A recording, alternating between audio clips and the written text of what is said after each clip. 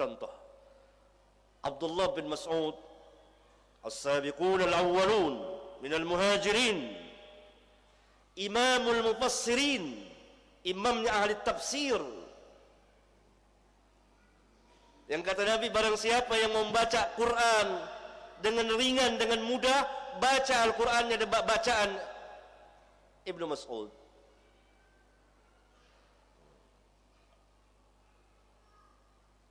Ya, orang sangat utama, alim, sahabiyun jalil, pernah melihat orang-orang berzikir di masjid berhalqah-halqah. Lihat keterangannya di Sunan Ad-Darimi. Athar ini sahih, disahihkan oleh ulama, bahkan oleh Amirul Mukminin pada abad ini, Muhammad Nasiruddin Albani rahimahullah taala.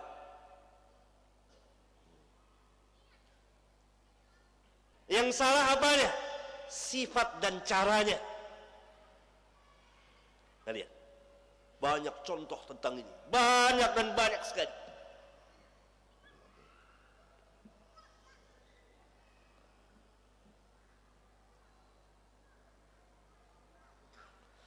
Manhaj ini hilang sikap cara beragama ini. Kita cara beragama sesuai dengan apa yang kita mau saja, atau dengan mengikuti orang tanpa mengetahui hujjatul dalil. Dan yang kedua yang hilang, ilmu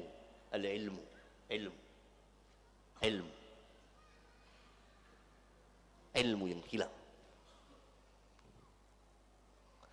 Yang keempat, kita harus akui walaupun pahit,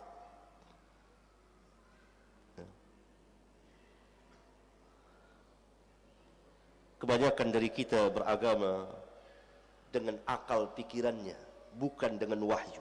Harusnya dengan wahyu terlebih dahulu, kemudian dengan akal dan pikiran yang mengikuti wahyu, yang setuju dengan wahyu, yang tidak menentang wahyu, yang taslim kepada wahyu. Karena memang akal yang sehat, akal yang memiliki ketegasan, selamanya tidak akan pernah bertentangan dengan wahyu. Lihat perkataan Syekhul Islam halaman 9. Bal kullu ma ulima bil aqli sarih fala yujadu 'ala ar-rasul sallallahu alaihi wasallam illa ma yuwafiquhu wa yusaddiquhu. Bahkan segala sesuatu yang telah diketahui dengan akal yang sarih, akal yang memiliki ketegasan, maka tidak didapati dari Rasulullah sallallahu alaihi wasallam melainkan akal itu menyetujuinya dan membenarkannya. Berarti hanya akal-akalan, akal yang goncang, akal yang sakit. Kita harus beragama dengan wahyu. Karena memang para sahabat ridwanullah alaihim jami'an beragama dengan wahyu. Oleh karena itu salah satu jawaban kenapa kita harus bermanhaj dengan manhaj salaf, karena kaum salaf beragama dengan wahyu dari Rabbul Alamin, wahyu Alkitab dan wahyu As-Sunnah. Tidak ada yang keluar dari wahyu. Karena itu jadilah mereka orang-orang yang berakal, yang paling berakal, yang akalnya sehat, yang akalnya bersih, yang pemahamannya baik. Lurus jalannya.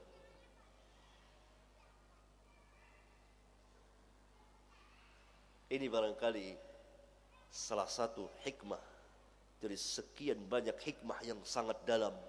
Allah Jalla wa'ala mengulang-ulang dalam kitabnya yang mulia tentang perjalanan para sahabat. Kuntum khaira ummatin ukhrijat linnas. Kamu adalah sebaik-baik manusia yang ditampakkan di hadapan manusia. Kamu adalah kuntum khaira ummatin. Kamu adalah sebaik-baik umat yang ditampakkan, dilahirkan, diperlihatkan kepada manusia. Sebagian dari kita telah salah dalam menafsirkan ukhrijat. Ukhrijat dia tafsirkan khurut, keluar. Salah, nyalahin lugah. ukhrijat azhara, ditampakkan, diperlihatkan kepada umat. Agar apa? Kalau di atas ini saya tampakkan sesuatu, agar apa? Agar diketahui, agar dilihat.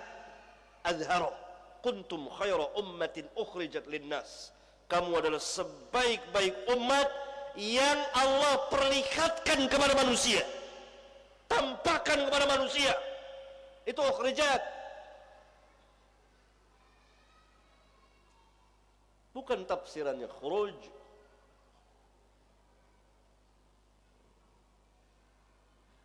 Dinyatakan Allah Subhanahu wa taala menampakkan, memperlihatkan kepada manusia sebaik-baik umat. Siapa sebaik-baik umat? Sahabat, berdasarkan ayat yang mulia ini dan hadis-hadis yang derajatnya mutawatir. Khairun nas qarni, sebaik-baik manusia orang yang hidup di zamanku.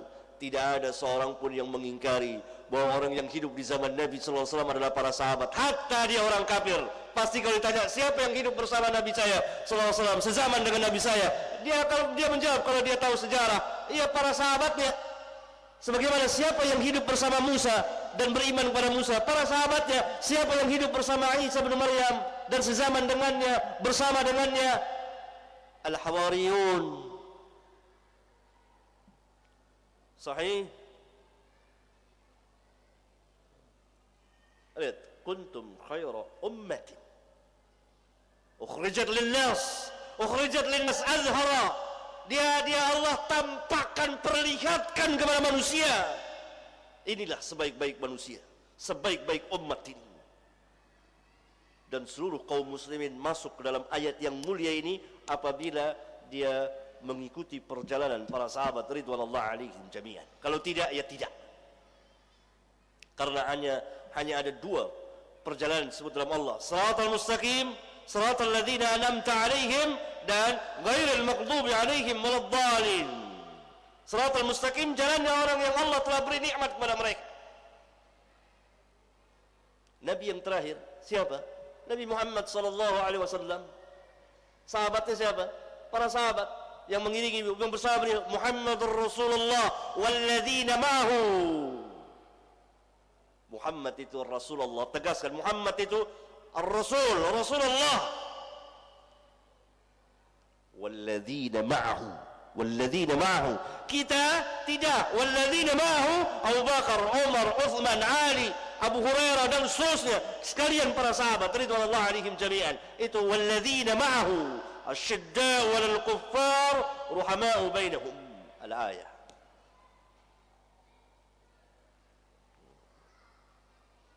Yang berdasarkan ayat yang mulia itu, Al-Imam Malik, Imam Darul Hijrah, beristinbat, mengeluarkan hukum dari ayat yang mulia, liyaghidha bihimul kuffar. Keberadaan para sahabat itu membuat marah orang-orang kufar. Maka apa kata Imam Malik? Man ghadha as-sahaba faqad kafara, fahuwa kafirun li hadhihi al-ayah. Man ghadha as-sahaba fahuwa kafirun li hadhihi al-ayah. Barang siapa murka kepada para sahabat, marah kepada para sahabat, maka dia kafir berdasarkan ayat yang mulia ini. Perkataan Imam Malik ini, keputusan dari beliau disepakati oleh seluruh para ulama, sampai hari ini tidak ada yang mengingkarinya. Karena apa?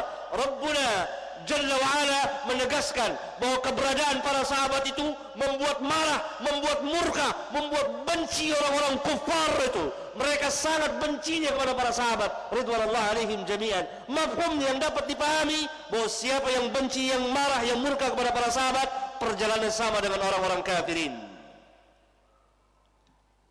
Satu keputusan hukum yang sangat berharga sekali, sangat bagus dan sangat jenius.